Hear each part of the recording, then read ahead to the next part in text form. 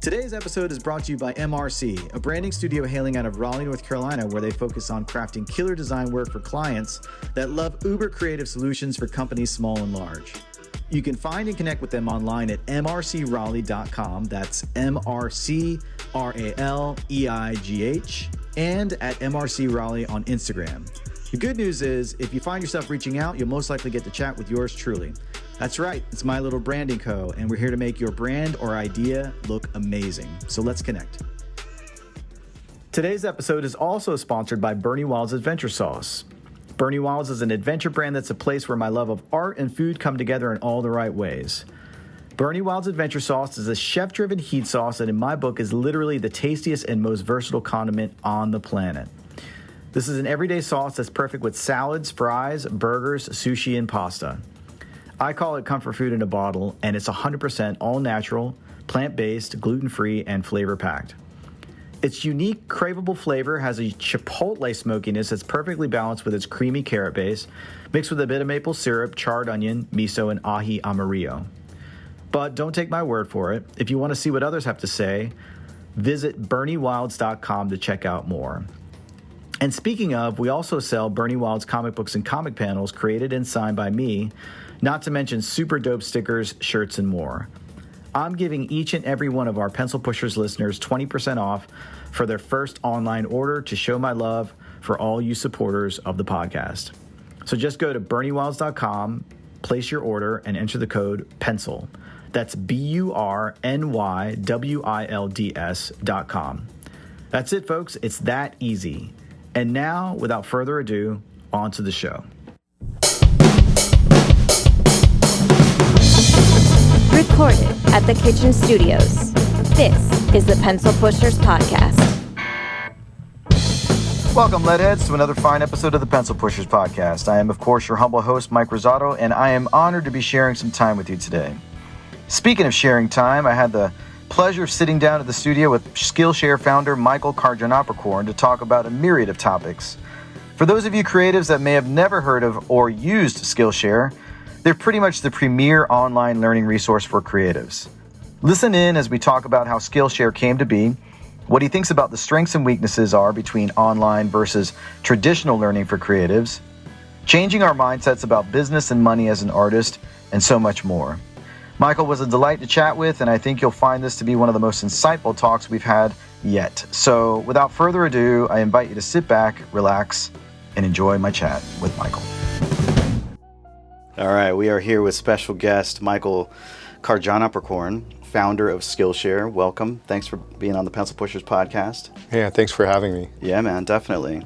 It's interesting because over the years that we've been doing the podcast, we've had mostly creatives. Actually, it's all basically been creatives. It's been illustrators, animators, founders of film studios, etc. And one of the pervasive things that we've always been talking about is this idea of online learning versus traditional. It's just been sort of permeating through our conversations that we've had. My immediate search when I was trying to come up with a different topic of something that I wanted to talk about regarding that, I immediately went to Skillshare, right? And I was like, all right, let me see if maybe I can pull these guys, or at least a creative director or somebody up there that can really kind of talk to us about that type of thing. And it just turned out that you live literally next town over, which is insane. So anyway, thank you for being here and spending some time with us. You know, as I do with all of our other guests, because there's such a wide variety of different guests that we have on there from different industries, a lot of times people who listen in may not know who they are. So I like to start off with talking about your origin story. Before we get into some of the hot topics that I want to talk about, can you tell me a little bit about where you were born, where you were raised, and we can kind of take it from there? Sure. Let's see, I was born in Virginia, and my dad was in the military. Okay. So when we were young, they wanted to raise me and my sister in Asia, so we moved to Seoul. So I lived in Seoul in elementary school, moved back. So your dad is from Korea? My mom's from Korea, my dad's from Thailand. Okay. So we moved back, and I grew up in a city called Newport News in Virginia, which is kind of known for in the 90s. Kind of a beach party town, or no?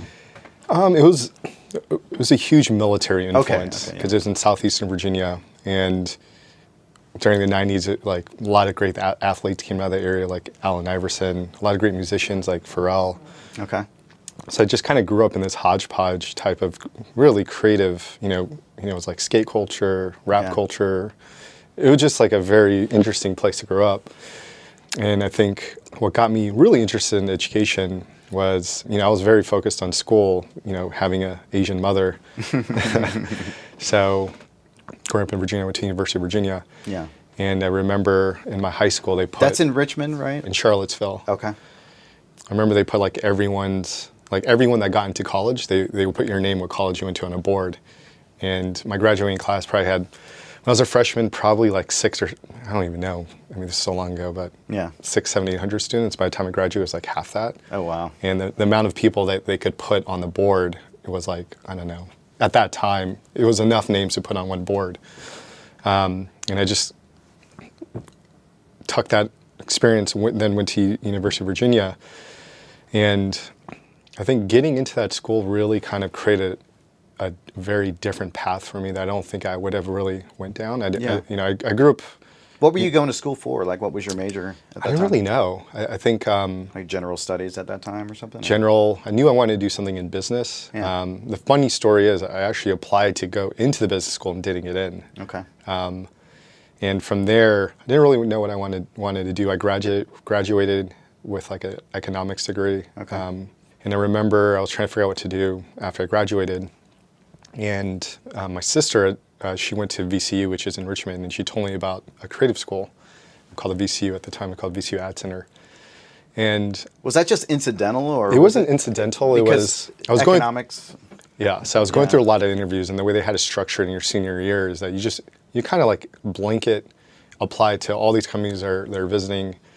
And at the time, UVA was very, very investment banking and consulting driven. So I was like interviewing all these places, and then I got one interview at an ad agency called Ogilvy in New York.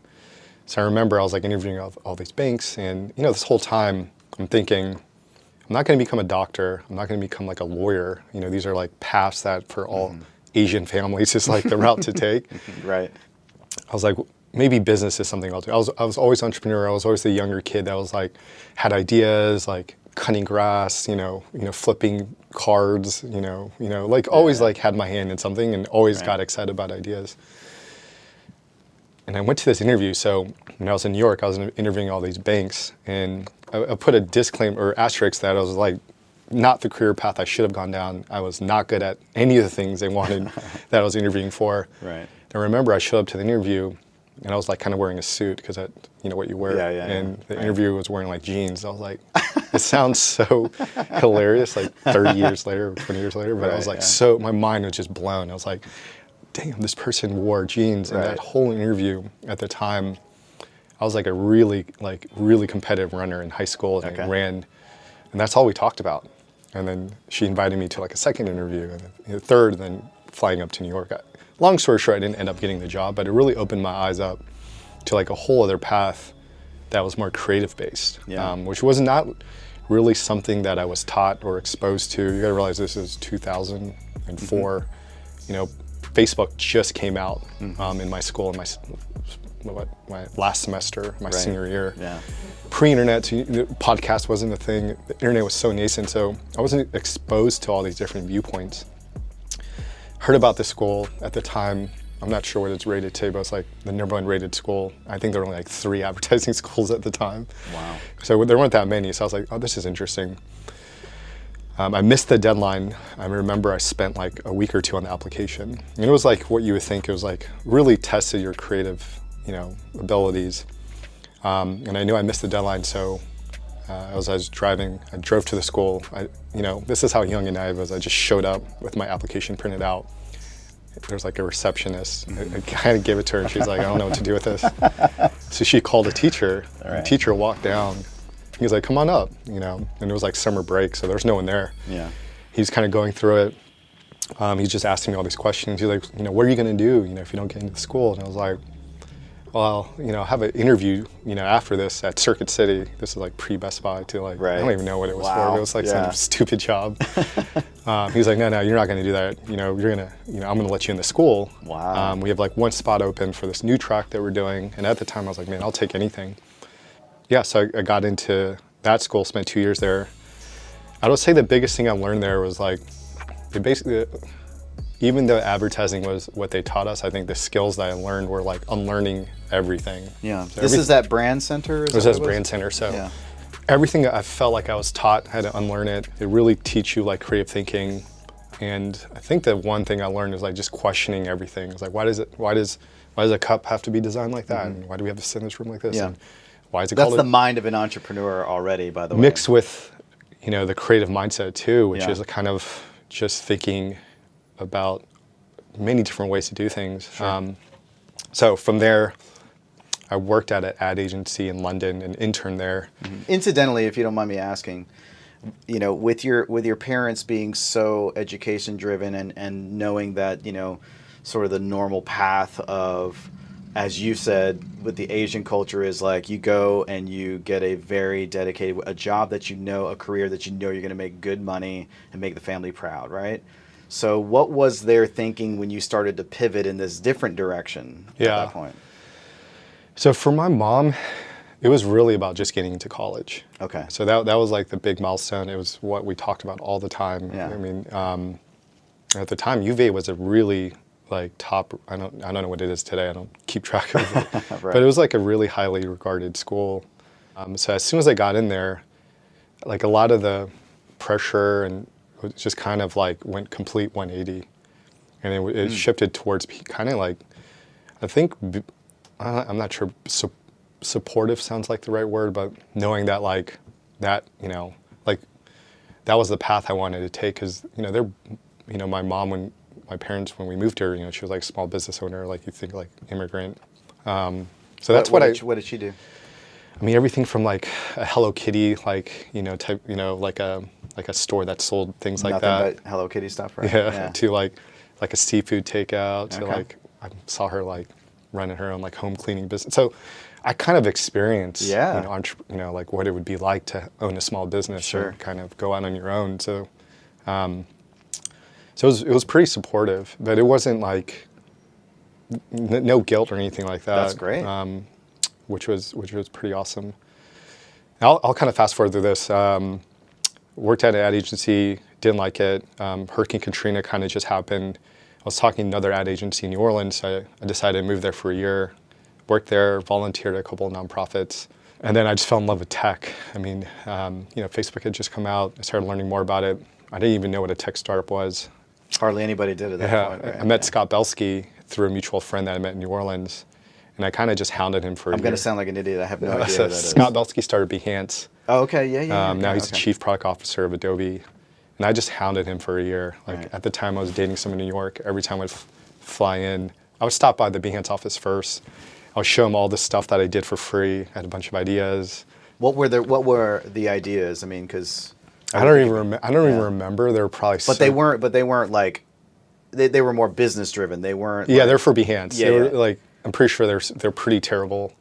But I think what I try to convey was like I wanted to work there and I was willing to do whatever it took. And he ended up giving me a job. It didn't really have a title. It was just kind of like, I remember I had 2 job offers. The one with Behance was like half. And I was like, shit, I can't even like live on this in New York. Right.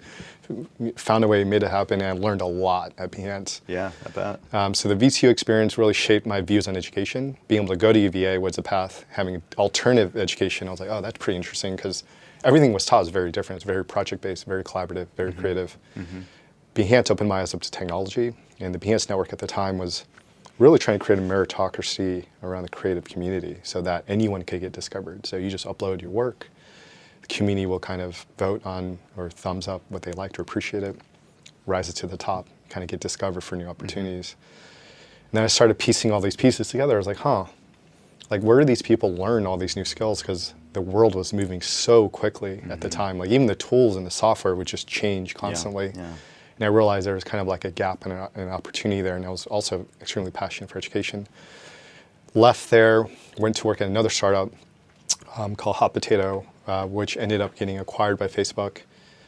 And then I felt like around that same time I started noodling on the idea for Skillshare. So it was like kind of combining all of my past. It was like, how can we create affordable education for the creative community that was quality? And at the time, it was really focused on like a different way to learn. So it was that mixed with all the new skills that we're developing. And then, video streaming. So that was like, it's kind of crazy to say now, but this is such a new thing. Such a new thing. Yeah. The ability to even stream on your phone was not available. Right.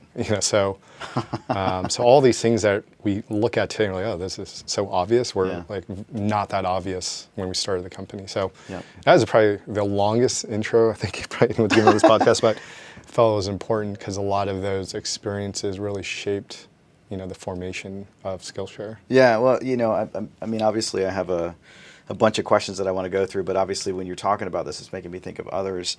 I mean, I'm really curious because I was probably one of the first, 1,000 or so to like really check out Skillshare. I remember when it first came out, I was like, holy shit, this is amazing. You get all these like people that I as a designer and as an illustrator or just a creative in general, I was like, oh, I know this person. I'd love to learn something directly from basically the idols of this growing community, which was changing so dramatically because of the advent of the internet, the advent of all these new digital tools that are out there and stuff like that. So where if you don't mind, I'd love to talk to you just a little bit about how it came to be where you're like, you know what, if we get all the cool kids from the community to be a part of this, like how did you build that model? That's a good question. I think, remember in the early days of Skillshare, the number, I would tell people about the idea to get feedback, and the consistent theme was this will never work because people cannot teach. You have to go to school to teach. You have to get your master's. It's very difficult to teach, and it's very difficult to teach at scale. Like it needs to be very small. So let's assume you were a great teacher. You did all those things. You would have to do it in a small class format live. So a lot of people don't know that Skillshare was actually started off as live in-person classes. I did not know that. Yeah, so that was actually the first 2 years. And then uploading video from that, or was it? No, it was, at the time it was like Groupon was a huge thing, Meetup was like a thing. Yeah. So it was like this local, and that the original pitch was we wanted to turn every single city or town or community into a school. Every address could be a classroom, anyone could teach, students could go. Yeah. And was TED Talk around at that point? TED Talks, it sort of feels like that sort of idea. Yeah, so it was all those things were happening in the world, and it just didn't work for a lot of different reasons, but we felt like online could work. So the thing that we did learn was that people can teach, right? And the best people, our thesis was practitioners, especially if the world was moving and changing so quickly. So by the time you would go to school, get your master's to teach XYZ skill, it would be, by the time you could teach it, obsolete. It's obsolete or outdated. Oh, so we said there had to be a faster way.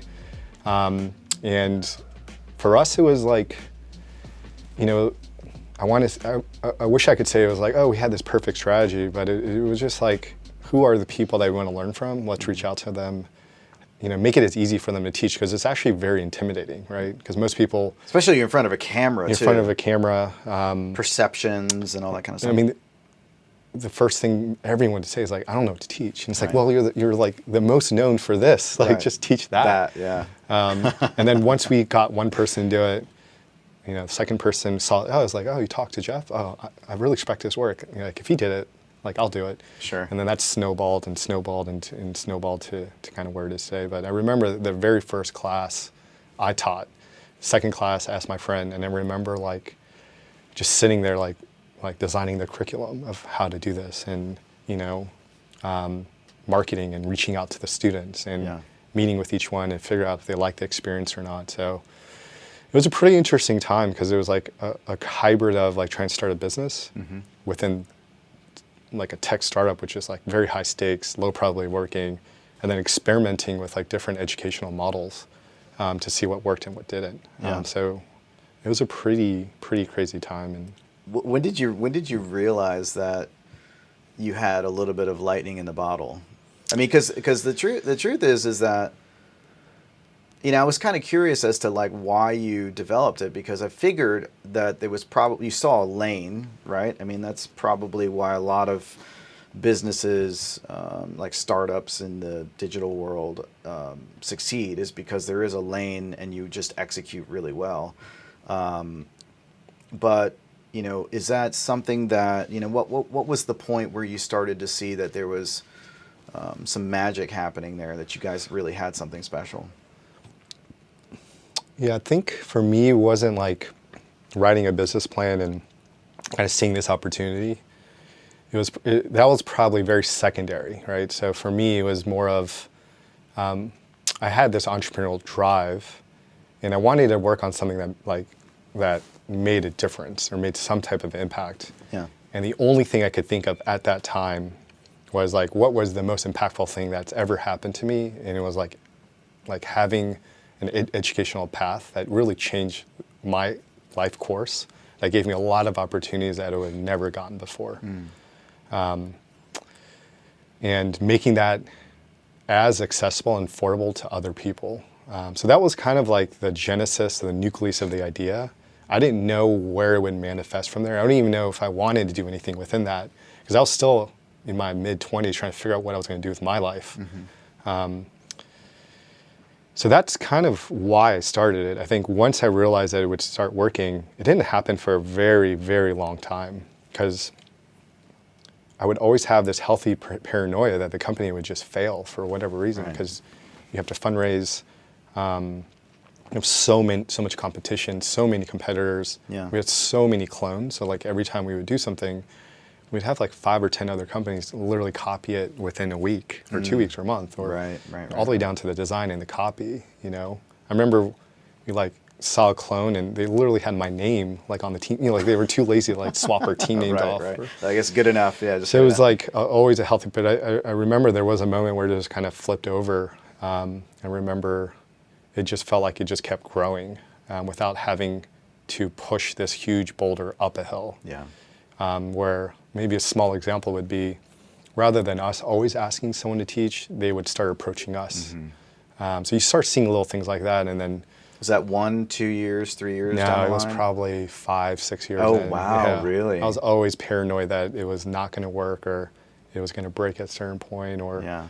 But I would say like 5 or 6 years in. Yeah. Wow, that's a poignant statement, because I think a lot of people, they wind up, you know, they start businesses and they immediately think if it's not happening within the first couple of years that it's just going to be a failure. And a lot of people probably just wind up, you know, not fighting through it and get a job at, you know, XYZ agency or something like that, you know.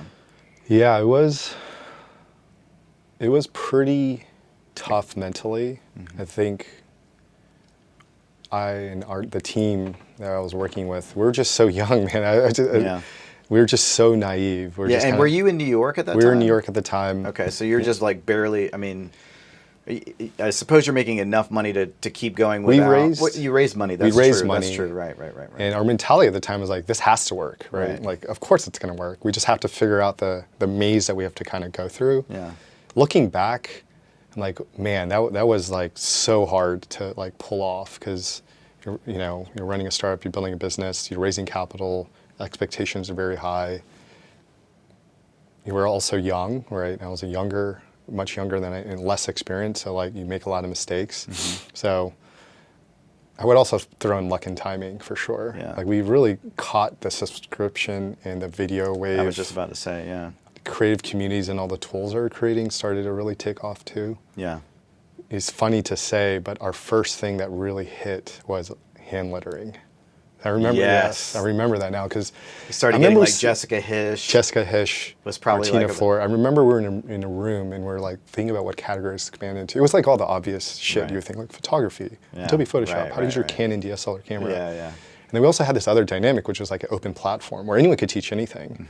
And we saw like a hand lettering class, and I was like, what? You know, like that's like an analog skill. Like who would do that? Like, then we didn't pay attention, and then like another one, and then hand lettering artists are like the clutch hitters. They're the ones, like, a lot of times you don't really expect that, you know, like for a while as a graphic designer and an illustrator, I never really expected that it would be that interesting a lane from creatively, but it is so it's such a beautiful medium.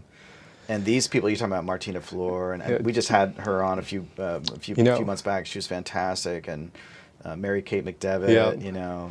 I think the lesson we learned was, like, if you sat us in a room, we would have never predicted that was a skill that everyone wanted to learn. Right.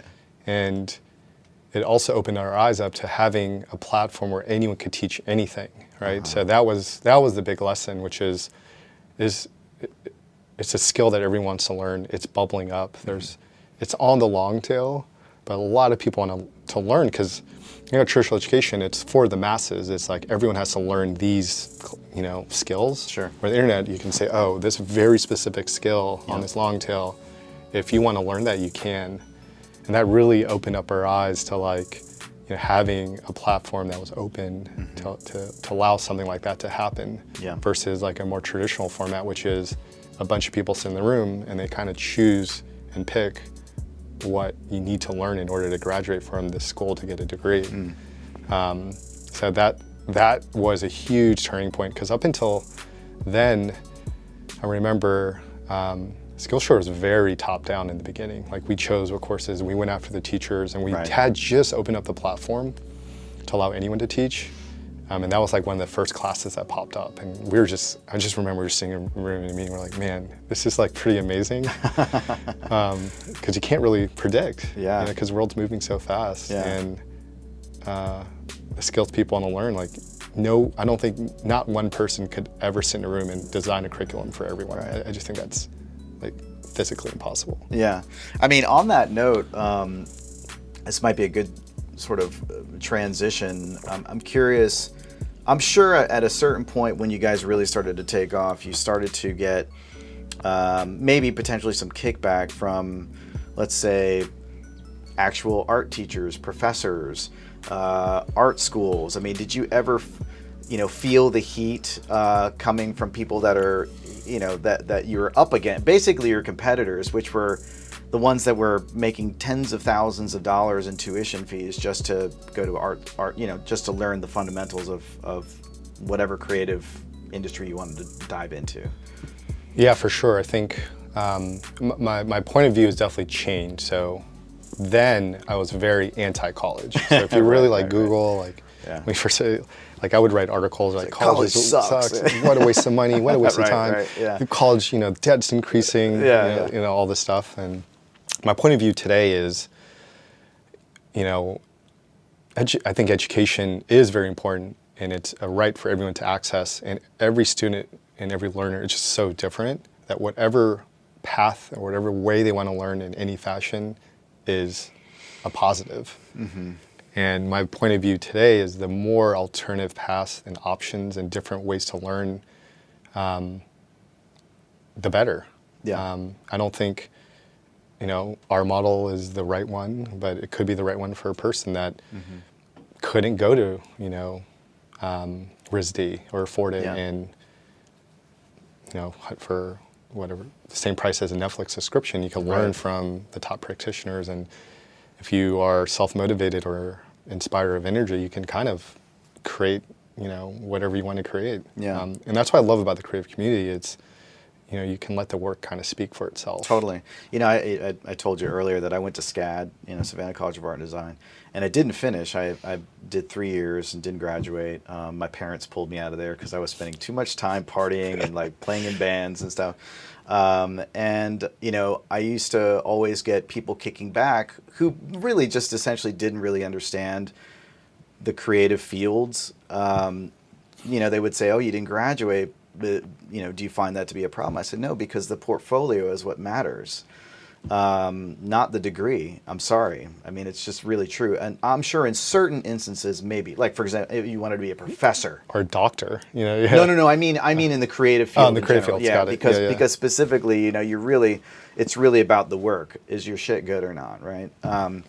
Yeah, I think that's what really comes down to. Right. Yeah, and I'm sure maybe there might be some people who could cut a chest open and do a really good job, and you know, they might be able to do that really well, but if they don't have a degree, it might not work out too well as far as being able to do that. But a couple thoughts. I think for like becoming a doctor, that's going to cut you up. Yeah, I want that there to be an extensive weed out process for people that are not going to put in the work, right? So like I understand why that's structured the way it is. Another way to think about it is like if you take everyone you've worked with closely on a day-to-day basis, I guarantee you majority of people couldn't even tell you what school they went to. Right. It's like, what school? I don't even think it's a question that's even asked. Yeah. You know, maybe like when you initially graduate from college, it's like the only thing to talk about. Sure. 10, 15, 25 years in, like Karen, you know, I don't think I've sat in an interview where he talked about where someone went to school. I couldn't even tell you where any of my coworkers went to school. Yeah, right, yeah. So, I mean, you know, again, I mean, as I said earlier, it's a big topic that comes up in terms of where people get their education or how people get their education. Obviously, you're saying like a good mix is important, depends on, you know, and I feel the same way too. Like, I definitely feel like if you feel like, for me, I think that there is a real value in Skillshare if you wanted to work on, like, say, something specific, like a specific, like, style of hand lettering, right, as an example. But I also think that the camaraderie of being on campus and, you know, sort of that community of, like, being in a physical space with people, and, of course, you could say that about lots of different things. I mean, COVID, you could say the situation with being on Zoom calls and stuff. But, you know, where do you sit in terms of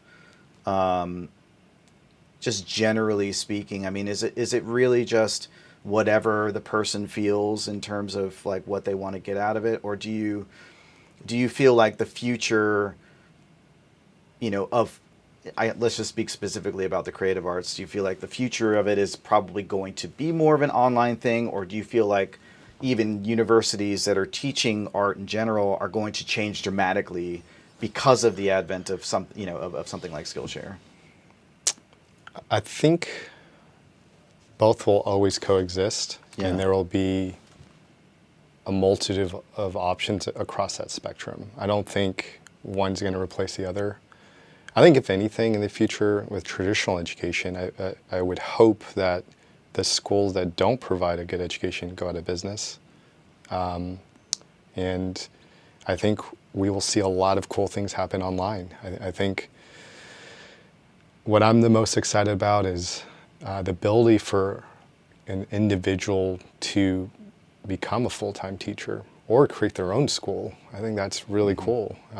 If they, you know, I think Martina Flores actually kind of working on that. She's a great example of someone doing that. And I think the ways to learn is also evolving. I think, you know, to be candid, like Skillshare was like what I call V1 online education, which is like learn by watching a video. It's very true, you know, in hindsight, it's very traditional. It's very lecture based. And I think V2 kind of evolved after Skillshare, which was learning by doing. Some of that was probably evident in like a lot of the coding, where you can like watch someone code. You can see like where your errors are and you can learn from that. Yeah. And I think we're evolving now into learning, you know, with others, which I think is also pretty interesting. And that was always like where we wanted to go with Skillshare. I think it was very difficult to pull off. Yeah. Maybe it was timing, maybe it was our execution, but you know, learning with the community. So when I say that, I'm not really referring, you know, part of it is referring to like a cohort-based course where you join with 30 people, you can do all the stuff together. But also, I always believe that the best teachers are actually other students. That was a whole theory we had internally based on academic research around collaborative learning, which is very similar. What type of learning you said? It's collaborative learning. Oh, collaborative very similar learning, to like Montessori schools. So yeah. My daughter just enrolled. She's in a class with 3, 4, and 5-year-olds. it's because like, you know, a 4-year-old could teach a 3-year-old something and 5, you know, so you're always kind of like learning from whoever's like ahead of you. And I feel like with online learning, I think that's where it's going to evolve as well, where, you know, another student might be like going really deep into something, share that with the rest of the students, they can learn from that. Or someone like got stuck on something, figure out and can share, and, you know, the teacher can kind of guide over it. But I think what will end up happening is online education will become very personalized to what you want to learn, how you want to learn, with who, at what price. It's going to be very, very personalized to every single person, which I think is going to be very cool. I'm also very interested in another pervasive like through line of conversation that we have on the podcast is this idea of the starving artist myth. Yeah. And, you know, I'm very inspired and encouraged by how many artists are actually taking their creative lifestyle into their own hands, whereas before it was definitely more like, okay, I need to, you know, join an agency or a studio or something like that, where I'm getting a salary paid to me every 2 weeks. And now we have so much opportunity to kind of take everything into our own hands. So it's like a really exciting place for creatives right now. I mean, wouldn't you say? I mean, I don't think it's ever been like this ever before. This is a whole new game. And I think it's just the start. I think what's the biggest invention of our generation is definitely the internet. Totally. And I think what we're starting to see was like, I always view the internet as a town that's getting built. You know, you have like the town hall, which is like Twitter. You know, it's like, you have taxis, which is Uber and blah, blah, blah. Right. Yeah. So like all that infrastructure got built out, and it's like really paved the way for anyone, not just creatives, to take an alternative path and create a new like career that's very non-traditional, that is a multitude of things, not just one. And I would agree with you that the whole notion of a starting artist is very true if you think of it from a traditional format. It's like, oh, I go to art school, starving artist is literally, I paint. I gotta go to a gallery, then I gotta go to a bigger gallery. Then I go to like a Sotheby's, you know, it's like, yeah, of course, because the amount of people that can be successful in that world is so tiny. 100 or less artists of all time. Right. But when you think about the internet, it's like, man, you can teach a course, you can become a YouTuber, you can start a podcast, you can sell like, you know, templates for Figma, for web design, you could copyright for something. I mean, like you can do coaching where you can mentor students. It's like, we can probably sit here and come up with like 100 different ways you can make money on the internet. In the next 30 minutes. And you just have to pick like one to start. And it could augment or, your traditional salary and maybe get to the point where you could just, you know, like do what you want and get paid for it. Yeah, now you got NFTs, which are becoming so much more dominant now. Now, I saw that you were also the founder of Otis. Yes. And I was like, he started that elevator company? There's no way that was possible. But I know that part of that was, is selling NFTs. And you're the first person that I can actually ask about this because I'm so freaking ignorant on NFTs. There was such a rage about it over probably the past year and a half. Do you still see that being like a really strong pathway for, independent artists to make a career out of it? Or is it just something that's like gold rush and it's only going to be around for a couple of years and then it's going to evaporate? Yeah, so Otis was a website that allowed anyone to buy shares in what we call alternative assets. So it was basically fractional ownership of like art and collectibles. We also did NFTs, but we did like a multitude of things. In between Otis and Skillshare, I also ran a crypto fund for about a year. So I would say probably more of an expert in crypto than I am in NFTs. But pretty much what you see within crypto is you do see these huge cycles that are very speculative and very bubble-like, and they do kind of burst and then it crashes and comes back up. So I don't really have an opinion on like NFTs and whether, it's like a scam or fraud, but I do like the idea of what it can create and what it can turn into. What are those things? I mean, the reason people really like crypto and the blockchain is, just everything is completely just decentralized without middlemen. So if you want to bring it back to like the creative, the art community or traditional art is really dictated by a few people. So it's literally a few collectors. When I say few, Sotheby's and all that stuff. Yeah, a few auction houses, a few galleries, and a few museums. And yes, there are thousands, if not tens or millions of those different variations.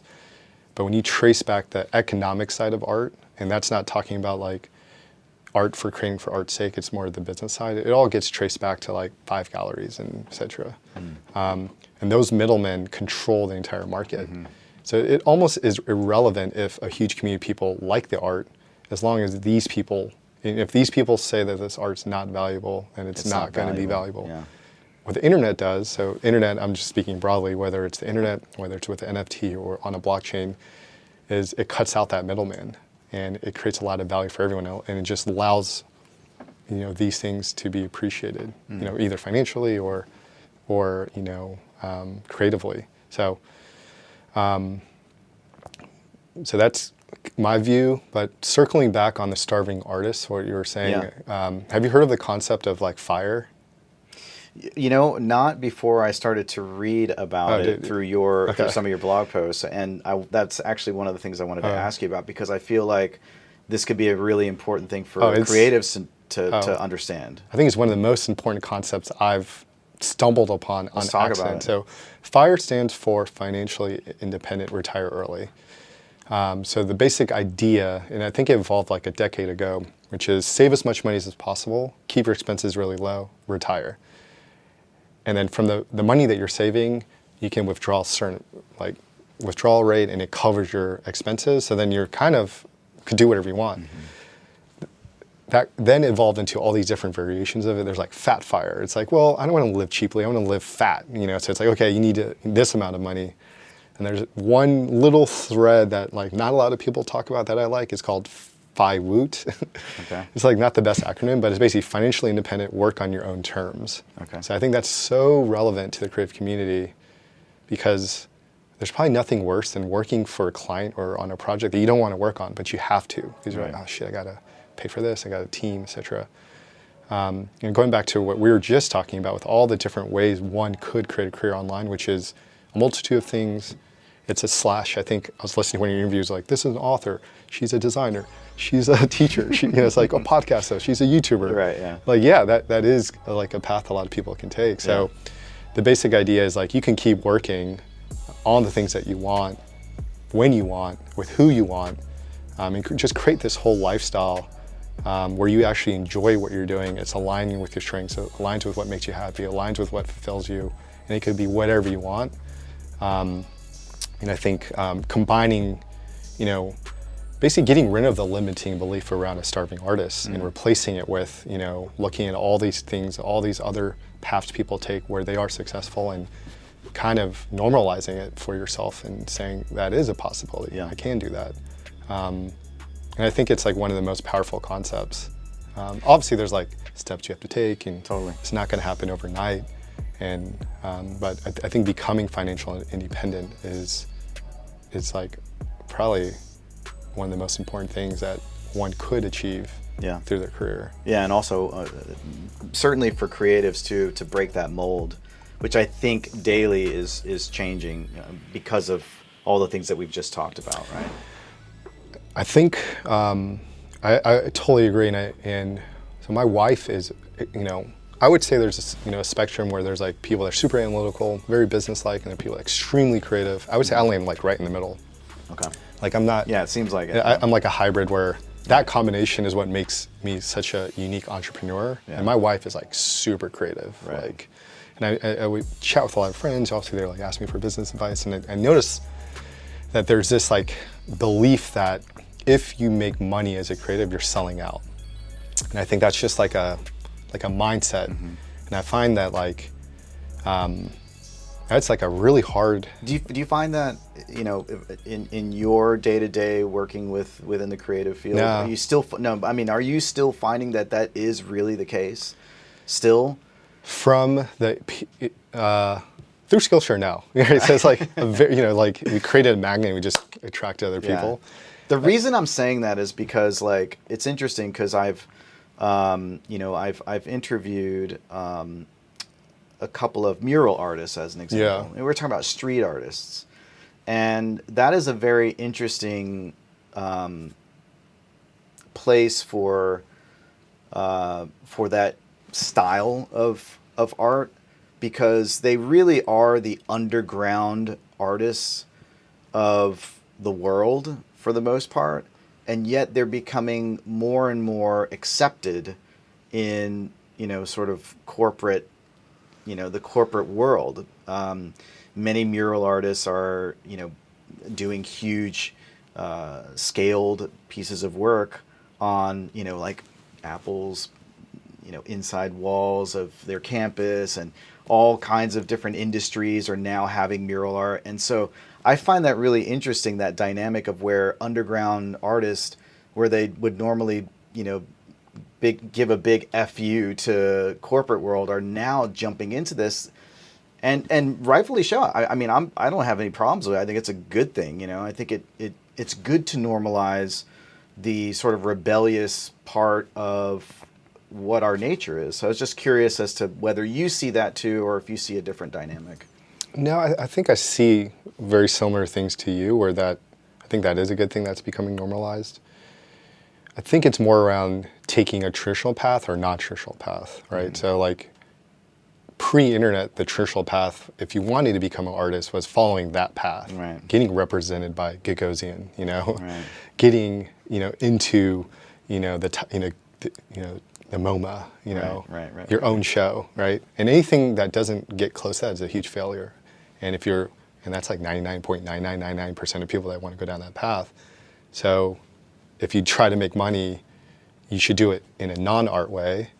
And then if you combine the two, then, I'm not an artist, I don't know, but it feels like it's frowned down upon. And then now with the internet, you can do so many other things. So I think that's what makes it really interesting. And a lot of and I would probably describe it as like, there's something icky around making money. I don't know where it comes from, but I find a lot of the advice I give is like, no, it's okay, right?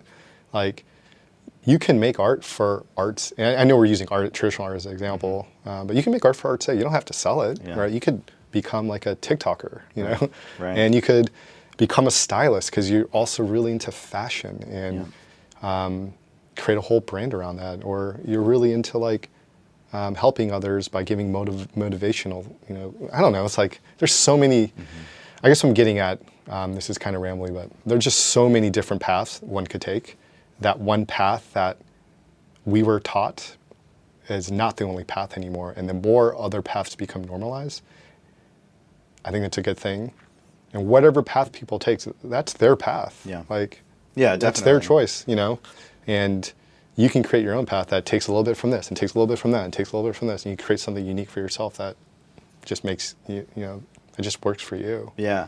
I still think that even today, as creatives are starting to make more money and be more successful being independent artists, one of the things that's always been frustrating to me, even like just after I left SCAD, was the fact that there was, like, I feel like every art school should have a minor in business.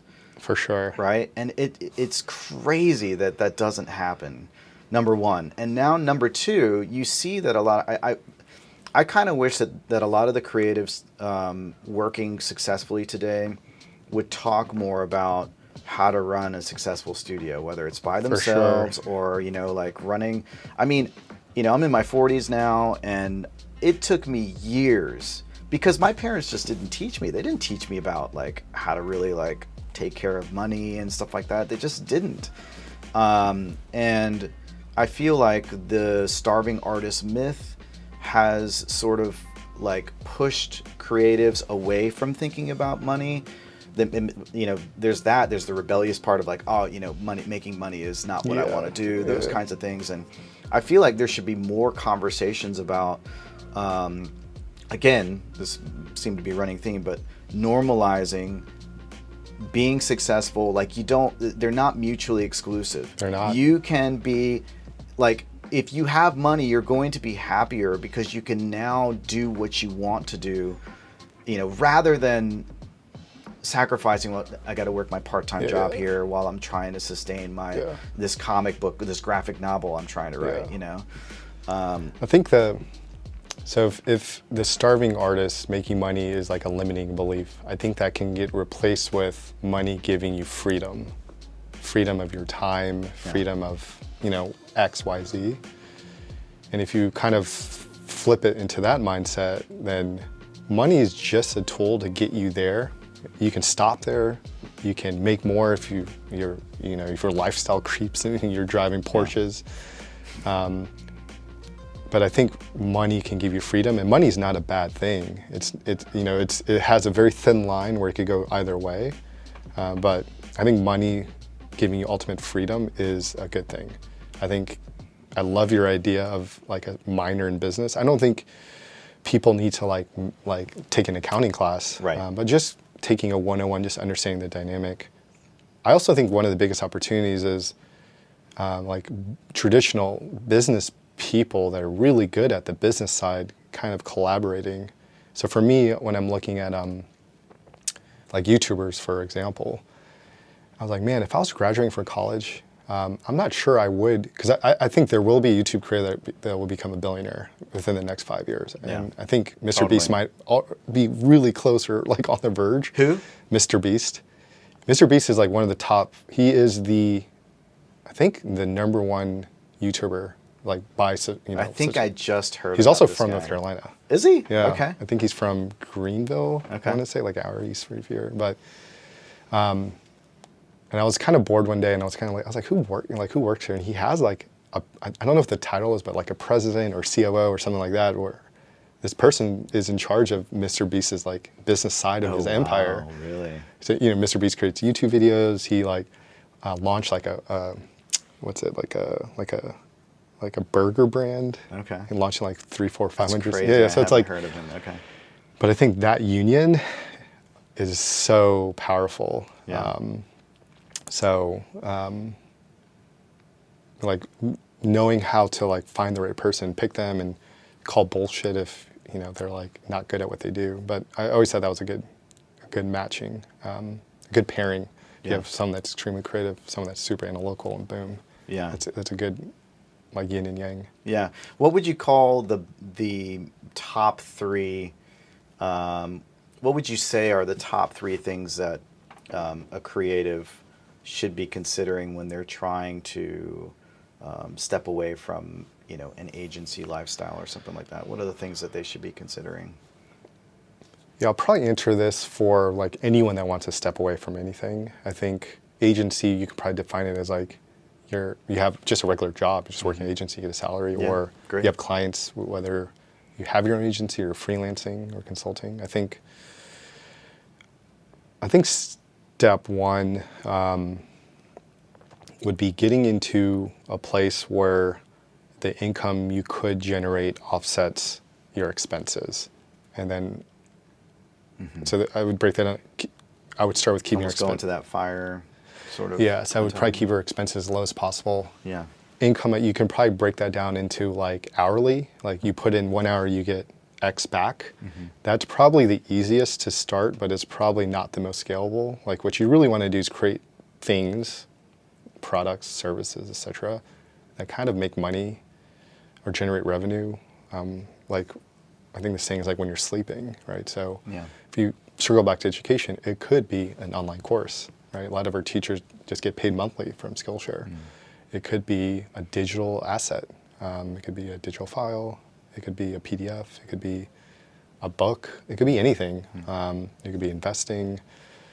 It's probably like a whole combination of different things. But what I wouldn't do is quit without a plan. Right. I see a lot of people like get so frustrated, fed up, and quit, and then say, "I'll figure it out." And some people do. And some people do make it that way. But that's like be willing to be super scrappy at that point. Yeah. That's like the 1 out of 50. It's like the exception maybe to the 100. Rule. Yeah. Where most people, like what's happening is behind the scenes. It's just like this incremental thing. Sure. And boom, it happens. And it could be something traditional, like maybe flip homes. I don't know. Right. It's going to be so different for everyone, but I would definitely make sure you can cover your expenses and I always tell people, you want to at least have 6 to 12 months actually covered Yep. in savings, or the stuff you're doing can just work indefinitely. Because what ends up happening is, if you only have 6 months, around month 3 you start freaking out. Right. Then you go back to what you were doing. You start interviewing for jobs. You get a W-2 again, and then you're back at it. Yeah, right. Yeah. That seems to be kind of a pervasive thing. I took a couple courses like the Dave Ramsey situation, right? They talk about the 6-month plan. That's great, man. I want to be mindful of your time. I have actually a question that I think is really important and ties back into this, but it also sort of relates to my own feelings too, because I have a small branding agency, as you know. And I'm curious, for somebody who has grown a business as large as yours wound up being, how do you as a leader of a company stay hyper-focused on the goals? I know that there are a lot of people that are going to be listening are not just going to be wanting to have this singular person entity with whatever creative path they are. In other words, it's not just them. They want to maybe have other people that are tied into what they're doing. How do you stay focused as you continue to grow and things? You got to worry about payroll and like meeting people's demands from an employee standpoint, from an investor standpoint, without you going crazy or totally losing control and the respect and esteem from all the people that are working around you. Man, as I was listening to what you were saying, I probably thought through like 10 to 20 different threads. I mean, that's such a load. It's such a tough question. I think I can probably just like riff on what went through my mind. So Sure. First was like, don't burn out yourself, prioritizing yourself. I think one of the biggest mistakes I made was I prioritized everyone except for myself at Skillshare. Like our teachers, our students, our investors, our employees, and then I ended up getting burned out. So I stepped down at the end of 2017. And if I could have gone back and done it all over again, I should have taken care of my health, physical, mental, spiritual. Take care of yourself, you could take care of everything else. That would have been priority number one above everything. Like your family, your hobbies, your work, like yourself is priority number one. That popped up in my head. Prioritizing and being ruthless with prioritization is really important. I think a lot of times and tendencies that I've seen, especially within myself, is like wanting to work on so many things, right? I have that problem. And I always thought prioritization was like saying no to a lot of things. And what I realized throughout the years is prioritization is actually saying no to the shit you want to do. That's real prioritization. Is like you see 100 things, you cut out 95 or 90. You're like, that's easy to cut out. You look at 10, you narrow it down to 5, and then you narrow down to 3, and then you got to pick one out of the 3. That's when you know you're really prioritizing, because you got to do that one thing very well and earn the right to work on the second or third thing. So I find like my personality is, I like to do all these things, but I have to balance it out with focusing on a few things. Third is like really understanding your strengths and weaknesses. It took me a very long time to figure out what I was really good at and what I was not good at. And then you slice that with what I enjoy doing, what I don't enjoy doing. So what I enjoy doing, what I'm really good at, that's like where I want to focus. What I don't enjoy doing, what I suck at, yeah, I want to find the best person that loves doing it and is the best. Right. And work with them pretty closely. When I say closely, it's like they're the expert. I just want to work with them and make sure we're very aligned on the priorities and the guiding principles. I need to kind of walk them through all the context, so when they make their hundreds of decisions that they will throughout the year, it all kind of stems out of how we're trying to do this thing. And there are probably like 10 to 15 others that I forgot about, but those are like the 3 that kind of popped up. The other one I was thinking through, which is very non-traditional, or might be traditional, which is I like to keep teams as small as possible. So I have been in modes where you raise capital. When you raise capital from venture capitalists, like it's gonna be weird to say, but you can't just like sit on it. Like the money is not there to just sit in your account. You're supposed to spend it. You're supposed to spend it to invest into things that grow. Totally. Yeah. It's there to activate things. Yeah. So most of those times it goes into hiring and marketing or sales. And then you focus on the strategy part. Then you start hiring a lot of people, because that's what you think you have to do. And what I've learned is like, I like to keep the teams as small as possible because it allows you to collaborate, allows all the different nodes to not, get all tangled, and kind of hire when you have to, not when you like kind of want to. Yeah. So keeping the teams as small as possible, and then when you get bigger, keeping those teams even smaller, having them singularly focused on something, having each person singularly focused on one thing. You can have a major and a minor, but you can't be like doing 100 things. Obviously, this doesn't apply when you're like 3 people in a room, like everyone's wearing different hats, but as it kind of grows, you kind of have to like kind of grow with it. And I like hiring people with a lot of energy, a lot of motivation. Like one of my favorite interview questions is like, yeah, I want to learn about your skills and things like that, but I really want to learn about what motivates you. And I really want to learn about your mindset, right? I want to learn that you have a growth mindset where every single thing's an opportunity, every single failure is a learning. When something goes wrong, you don't point fingers, you ask, like, what could I have done differently? What was my learning? Because it's so much easier with people like that. And I like to figure out what motivates them. Like, what are you trying to achieve? Because if I can show you a path to get there in your personal life or your professional life or your career, it's just a great combination. And those are like the best people I work with. Like no egos, you're slamming your head against the wall trying to figure out how to solve a problem. You're helping them learn, you're helping them get to the next thing that's important to them.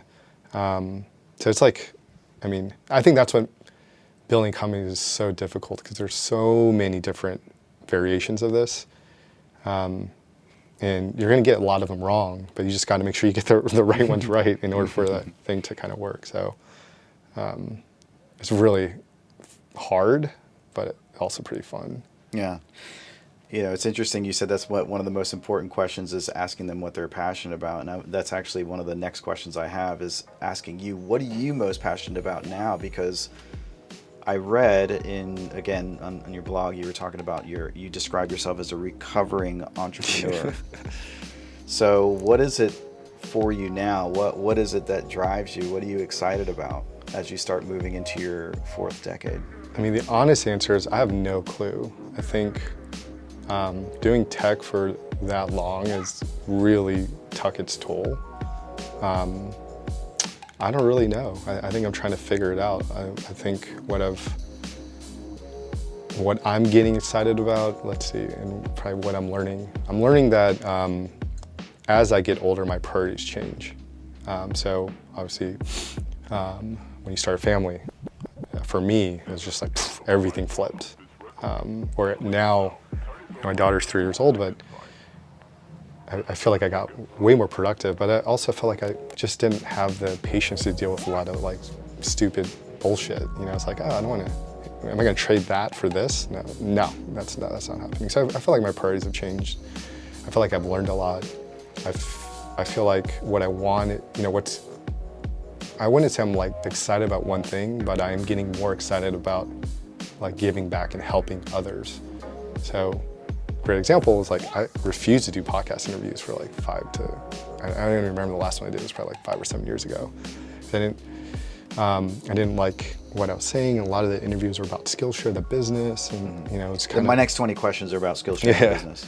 And I was like very paranoid of that being archived on the internet, and I would regret saying something. Right. Yeah. And my mentality today, it's like I do feel like I have a unique background experience, and if I can help other people, then that is what's getting me more and more excited. So I don't know how that's going to manifest. Whether something a mentorship type scenario. Whether it's like I create my own podcast or YouTube channel, whether it's figuring out different modes of learning through Skillshare, whether it's like investing into a company, I have no idea. But I'm kind of exploring a lot of different paths right now, trying to figure out where that lies. But I think helping others is probably like number one on the list for what's getting me most excited professionally. But yeah. Yeah, I think that's one of the things that when I was trying to find my sense of place as a leader of a branding agency, I spent a lot of time as I was hiring other designers and I was no longer the primary designer. I started to think about like, well, what is my role exactly here, right? I knew that I wanted to get more designers to help me and be a part of this team that I was, had this dream of creating, and keeping it small is definitely something that hits home for me.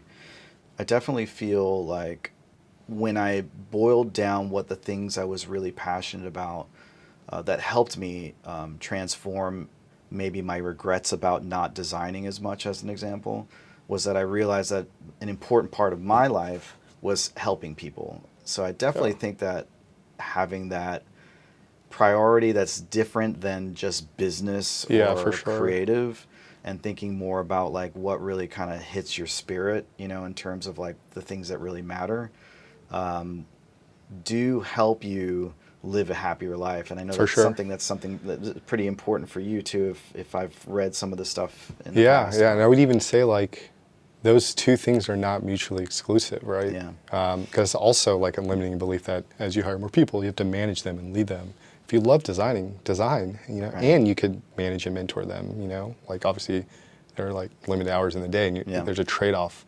Yeah. Maybe you don't do the business. Constantly think, I wish I had a doppelganger. Yeah, or maybe you hire the accountant that handles like all the billing and invoicing, chasing people around, so you don't have to do it. But definitely not mutually exclusive. And it goes back to what you were saying around happiness. I don't even like the word but it's like what gives you energy throughout the day, what gets you excited. If it's, a thing that isn't like a rule in business or, the creative industry, who cares? Like that's probably one of the learnings I had is like, oh, I'm the CEO of this tech company, so I have to do these things. I read an article from this top VC that said how to do this, and I realized I was like wedging myself into a definition that doesn't work. And that's also why we started Skillshare, because like that curriculum that I learned at UVA was not what I wanted to learn, but I had to learn it because, there are only like 30 majors I could choose from or whatever it was. So hopefully the learning from this podcast interview is like any permutation and any combination of things will work for you, and that's fine. And it doesn't have to look like anything that's out in the world. The way you want to learn, the way you want to live your career, the way you want to live your life, how you want to work on a day-to-day basis.